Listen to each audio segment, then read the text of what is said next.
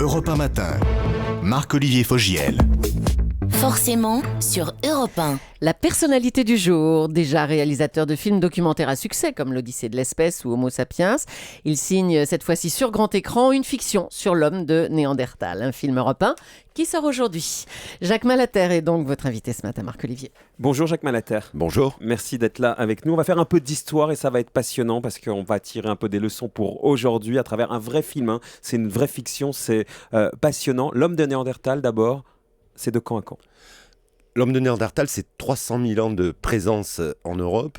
C'est un vrai personnage. Il a un délit de sale gueule de son vivant et après il aura un délit de sale crâne quand on va retrouver ses restes. Et aujourd'hui, on le réhabilite. Donc, il y a 30 000 ans, il disparaît, il laisse sa place à l'Homo sapiens. Qu'il a côtoyé pendant 10 000 ans. Et vous révélez, avant que la science d'ailleurs vous donne raison, c'est ça qui est incroyable dans le film, on va développer, qu'il y a eu une petite histoire entre l'Homo sapiens et l'homme de Néandertal. Oui, ils ont couché ensemble. Oui, ils ont couché ensemble et jusqu'au mois de mai, on pensait que s'ils avaient couché ensemble, étant deux espèces humaines tellement différentes, ils ne pouvaient pas avoir d'enfants ou comme un cheval et une ânesse donner une mule, c'est-à-dire à leur tour un enfant qui ne pourrait pas avoir d'enfant. Donc vous aviez imaginé en fait des enfants, puisque c'est le film, il y a une intrigue dans le film, l'histoire d'Ao qui perd sa famille, dont son fils, et qui décide de partir à la recherche de son frère. Dans sa quête, il rencontre une femme enceinte, à qui une Homo sapiens. Et en fait, la science vous a donné raison, puisqu'on a appris entre-temps que c'était possible. Oui, ils se sont accouplés. Oui, ils se sont rencontrés, ils se sont accouplés et ils ont eu une descendance. Et nous avons cette descendance dans notre corps, puisque nous avons tous ici 2 à 4% de gènes de Néandertal dans nos veines. C'est ce que vous nous dites, on a entre 2 et 4% de gènes de Néandertal. Alors le problème, c'est que Néandertal, dans l'imagerie populaire, c'est un être frustre, laid, attardé. Vous, évidemment, c'est un film pour lequel vous êtes énormément documenté, vous êtes passionné de la préhistoire. C'est qui déjà l'homme de Néandertal ? L'homme Néandertal, il est issu de la même branche que Sapiens, qu'on appelle l'Homo erectus, l'homme dressé, et il va se développer en Europe, mais il n'a pas le côté conquérant de Sapiens, qui prend l'Europe, qui prend l'Amérique, et qui aujourd'hui va encore la Lune ou Mars. L'Homo sapiens, nous, on veut toujours ce qu'on n'a pas. Lui, il reste pacifiquement en Europe, et il va l'habiter du nord au sud et d'est en ouest, de la Sibérie jusqu'en Espagne, et de la Bretagne jusqu'en Israël. Il a des vraies valeurs qui les habitent aujourd'hui. Vous dites l'humanisme, le respect des morts. Donc on a dans nos gènes entre 2 et 4% d'humanisme et de respect des morts. C'est déjà ça. C'est déjà ça. Mais le partager avec son cousin Homo sapiens, c'est vrai qu'il enterrait ses morts. C'est vrai qu'il faisait des offrandes à ses morts. Donc ça veut dire qu'il se prolongeait dans une vie après la mort. Et dans le film, il a un sentiment de paternité et c'est un peu nouveau. Après, on va raconter les coulisses du film qui sont passionnantes aussi. Mais jusqu'à là, on imaginait beaucoup que l'homme de Néandertal, la paternité, ils ne savaient pas trop ce que c'était, qu'ils ne connaissaient pas, ils étaient protecteurs de la vie. Pour eux, tous les enfants étaient leurs enfants, un peu d'une certaine manière. Oui, exactement. Tous les enfants étaient leurs enfants. Alors ça, c'est une jolie valeur. Si aujourd'hui, on se disait que tous les enfants du monde étaient nos enfants, on ne serait peut-être pas sur la même planète. Ça, c'est sûr. Donc, c'est un film aussi à message, on va y venir, puisqu'il est question notamment du rejet de l'autre, de l'ouverture à autrui, du rapport à la nature et même à la famille recomposée. Ce que vous nous dites, c'est que l'homme de Néandertal, on l'a trop longtemps pris pour un imbécile déjà. Ah oui, quasiment au début, c'était même un singe. On disait c'est un singe, c'était le Yéti, quoi. C'était l'espèce d'être hybride entre l'homme et le singe qui faisait peur. Alors c'est un film, il faut le dire, le dernier qui a marqué, c'était La Guerre du Feu, d'une certaine manière. Déjà, vous avez pris des vrais comédiens, des comédiens que vous avez maquillés des heures, combien d'heures par jour ? 4 heures de maquillage pour transformer un Homo sapiens aujourd'hui en un homme Néandertal d'hier. Vous leur dites, l'ego, il faut le mettre un peu de côté parce que même votre mère ne vous reconnaîtra pas de toute façon sous le maquillage. Ah non, oui, c'est vraiment impossible de reconnaître l'acteur. Et puis voilà, ils ont fait acte d'abnégation puisqu'ils ont répété aussi pendant plus de 4 mois pour effacer la modernité. Alors, et réveiller l'homme préhistorique qui sommeille en nous. Comment on réveille l'homme préhistorique qui est en nous ? Quelles valeurs on va chercher ? C'est ça qui est intéressant pour qu'on comprenne un peu aussi ce qu'est le film. Qu'est-ce qu'on a effacé de l'Homo sapiens pour aller chez le Néandertal, chez les acteurs que vous avez fait travailler des mois ?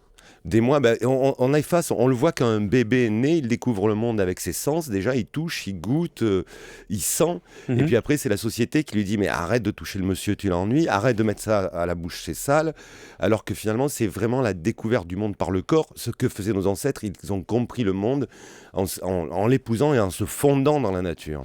Des milliers de figurants, bulgares, c'est ça ? Bulgares et Roms. Et Bulgares et Roms. Pourquoi aller chercher des Bulgares et des Roms pour finalement des figurants lambda, puisqu'ils sont néandertals?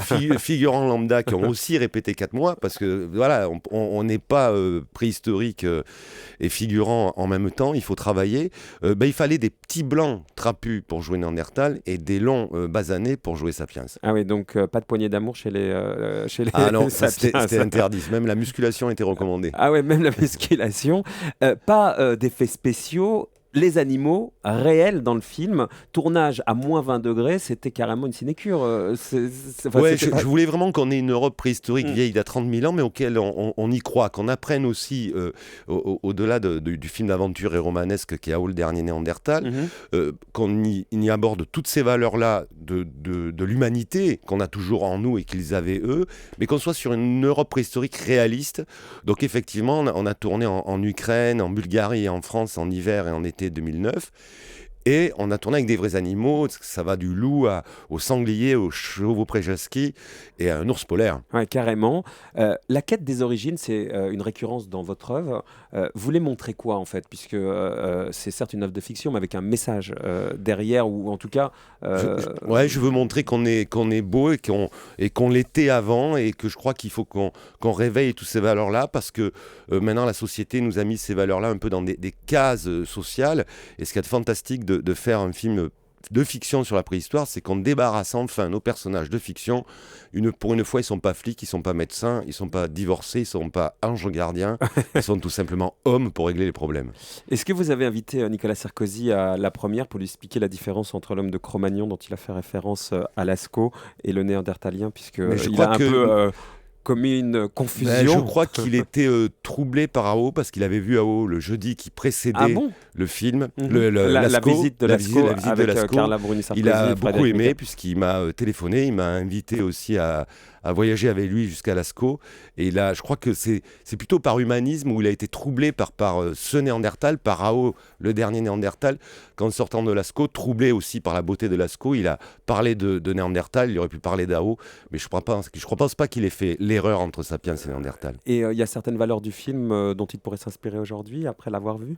Oui, je crois, toutes ces valeurs de nomadisme, redécouvrir qu'on a été nomade pendant des centaines de milliers d'années, et que je ne crois pas qu'il faut stopper les nomades dans leur route. On le voit avec les Roms, le communisme en URSS a tué leur voyage et donc a tué leur identité.